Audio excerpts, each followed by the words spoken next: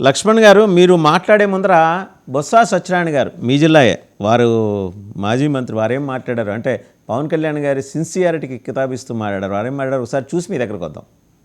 సత్యబాబు గారు మాట్లాడి deputy CM గారు కాకినాడ వెళ్ళడం, ఏదో పోర్టు వ్యవహారం, ఏది మన గబ్బర్ సింగ్ 1 గబ్బర్ సింగ్ 2 అని, ఇప్పుడు 3. నాకు అది జ్ఞాపకం వచ్చింది. ఏదైనా ఒక కార్యక్రమాన్ని చేస్తున్నప్పుడు ఒక నిర్దిష్టమైన ఆలోచన ఉండాలి. అక్కడ నుంచి కాకినాడ పోర్టు నుంచి ఏది పీడిఎస్ రైస్ వచ్చి వెళ్ళిపోతున్నాయి, ఓకే, తప్పది, చట్టవిరుద్ధం, దాన్ని ఎవరు ఉపేక్షించకూడదు. ఆ మంత్రి అక్కడ ఎవరు ఎమ్మెల్యే ఉంటే నువ్వు ఎలాగ అడ్జస్ట్ అయిపోతావు? ఎమ్మెల్యే అడ్జస్ట్ అయిపోయిన పెద్ద మంత్రి ఉన్నాడు, మంత్రి చేతకనే ఉన్నాడా? ఇది మంత్రి ఎందుకు అడ్జస్ట్ అయిపోయి అడగలేదు? మంత్రి తెలియకుండా, మంత్రి కౌన్సిలర్ లేకుండా, మంత్రి తాలూకా ప్రమేయం లేకుండా ఆ కార్యక్రమం జరుగుతుందా? ఏమైనా చట్టయుతంగా ఏం చేస్తే అలా చర్యలు తీసుకోండి. ప్రభుత్వం మీదే కదా. దౌర్జన్యాలు, దుర్మార్గం అయితే చర్యలు తీసుకోండి. 5 సంవత్సరాలు మీకు చేద్దాం, 6 నెలలు అయింది, ఇంకో 6 నెలలు ఉంది కదా. రైట్. లక్ష్మణ్ గారు చూశారు కదా, సత్యబాబు గారు చాలా రోజుల తర్వాత చాలా ఈజ్ తోటి మాట్లాడినట్టు కనిపిస్తుంది. గబ్బర్ సింగ్ 1, 2 అయిపోయింది, గబ్బర్ సింగ్ 3 అని పవన్ కళ్యాణ్ గారిని ప్రశంసిస్తూ మాట్లాడారు ఆయన. పేర్ని నాని గారు కూడా మీకు ప్యానల్ పెద్దలకి డబుల్ వీక్షకులకి యాజమాన్య హృదయపూర్వక నమస్కారం అండి. బొత్స సత్యనారాయణ గారు, పేర్ని నాని గారు చాలా క్రిస్టల్ క్లియర్ గా చెప్పారు ఏం జరిగింది ఏంటనేది.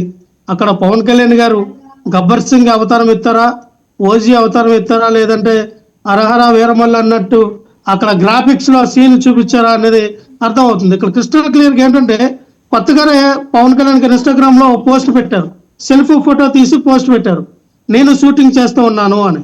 అంటే ముందుగానే కాకినాడ పోర్ట్ లో ఆయన షూటింగ్ చేశారు. ఏదైతే సీజ్ ద షిప్ అన్నారో అది షూటింగ్ లో భాగం. ఆ సినిమాలో ఒక డైలాగ్ ఉందంటండి, అంటే అంతర్జాతీయంగా దిగుమతులు అయ్యే దగ్గర కొంతమందిని తీసుకెళ్లి ఆ సీన్ ఉండాలని, పవన్ కళ్యాణ్ గారు రియాలిటీగా రావాలని సీజ్ ద షిప్ అన్నారు. ఆల్రెడీ సీజ్ అయిపోయింది షిప్ ని. అంటే ఎవరో ఆ బియ్యాన్ని సీజ్ చేసి పక్కన పెట్టి కలెక్టర్ గారు పక్కన పెడితే అక్కడికి వెళ్ళి మళ్ళీ సీజ్ చేయనని డైలాగు వాడారు. ఇది సినిమా పవన్ కళ్యాణ్ గారి సినిమాకి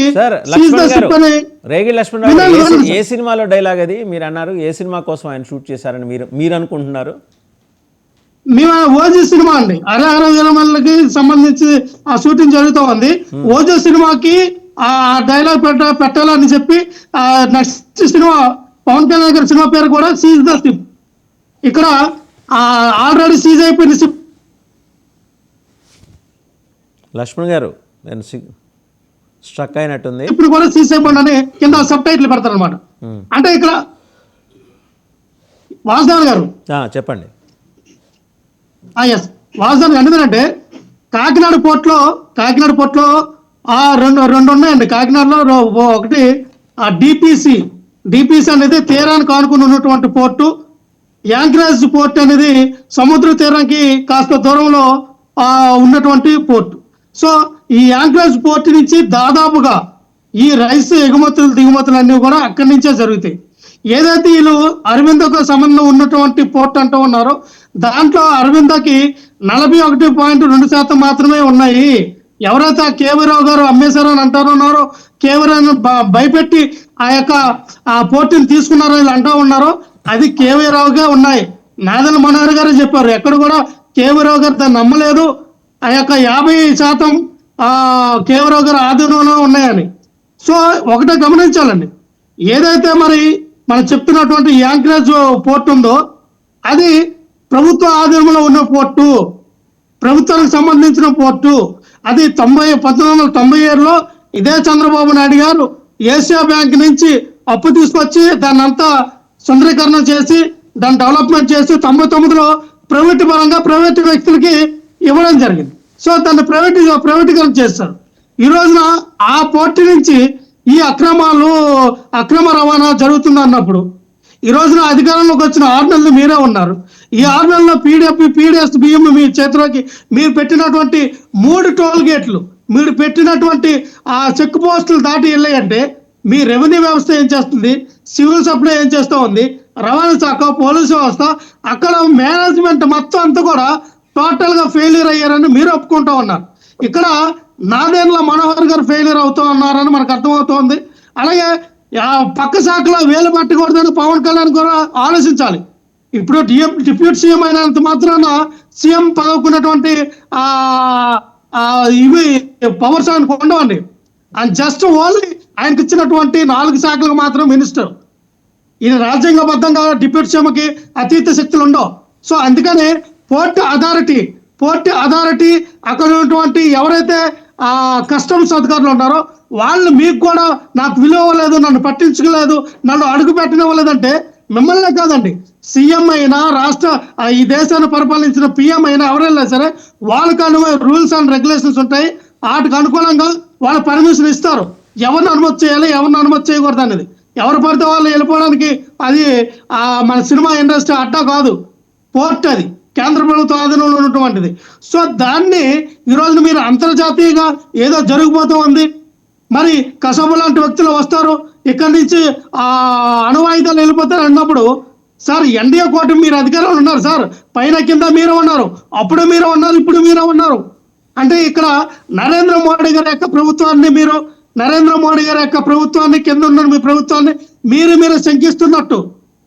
సో ఈ రోజున మీ ఇందాక పేరుని నాన్నగారు చెప్తున్నాడుగా, ఏదైతే కెరస్టాన్ లో ఉన్నటువంటి ఆ షిప్ లో పయ్యాల కేసు వాళ్ళ వియంకుడైనటువంటి కృష్ణారావు గారు అలియాస్ వేలుపూరి శ్రీనివాసరావు గారు 42,500 మెట్రిక్ టన్నుల బియ్యం అక్కడ లోడ్ అయ్యి 2 రోజుల నుంచి అక్కడే ఉంది. ఒక 2 రోజులు దాటిపోతే నైజీరియా వెళ్ళిపోతుంది. షిప్ మీదకి ఎందుకు వెళ్ళి మరి సీజ్ ద షిప్ అని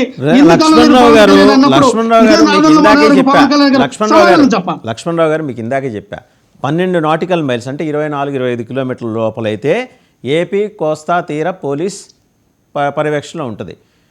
12 దాటి 200 నాటికల్ మైల్స్ లోపలికి వెళ్తే అది కోస్ట్ గార్డ్ చూడాలి, కోస్ట్ గార్డ్ పర్మిషన్ తీసుకోవాలి. మీరైనా, నేనైనా, పవన్ కళ్యాణ్ గారైనా, చంద్రబాబు నాయుడు గారైనా కోస్ట్ గార్డ్.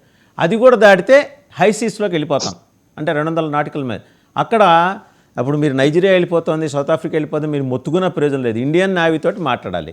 ఎలా మాట్లాడాలి? ముందర ఈస్టర్న్ నేవల్ కమాండ్కి మీరు ఫోన్ చేసి ఒక ప్రాపర్ అప్లికేషన్ ఇచ్చి, అయ్యా స్మగ్లింగ్ నడుస్తుంది అందులో అని చెప్పి శాస్త్రం ప్రకారం వెళ్ళాలి. మీరు వెళ్ళేసరికి అక్కడ కుక్క పిల్ల పడతాయి.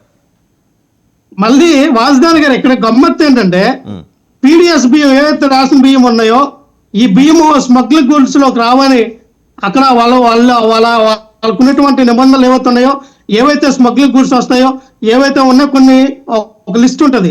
దాంట్లో పీడిఎస్ రైస్ బియ్యం అనేవి స్మగ్లింగ్ లో లేవని చెప్పి వాళ్ళు చీజ్ చేయలేదు, వదిలేశారని మరి ఏదైతే ఎల్లో మీడియా అయినటువంటి ఏబిఎన్ ఆంధ్రజ్యోతిలో వాళ్ళు చెప్పారు. వాళ్ళు చెప్పడమే కాదు, ఒకరు పోర్ట్ అధికారులు కూడా బాసుమతి ఎక్స్పోర్ట్ చేయడానికి వీల్లేదు, బాసుమతి ఉంటే కనుక సీజ్ చేసేస్తారు. పోర్టుకి ఉండే guide lines, customs guide lines ప్రకారం వాళ్ళు పోతారండి. అసలు చెక్ పోస్టులు దాటి ఎలా వెళ్ళింది అనేది కదా నా ప్రశ్న.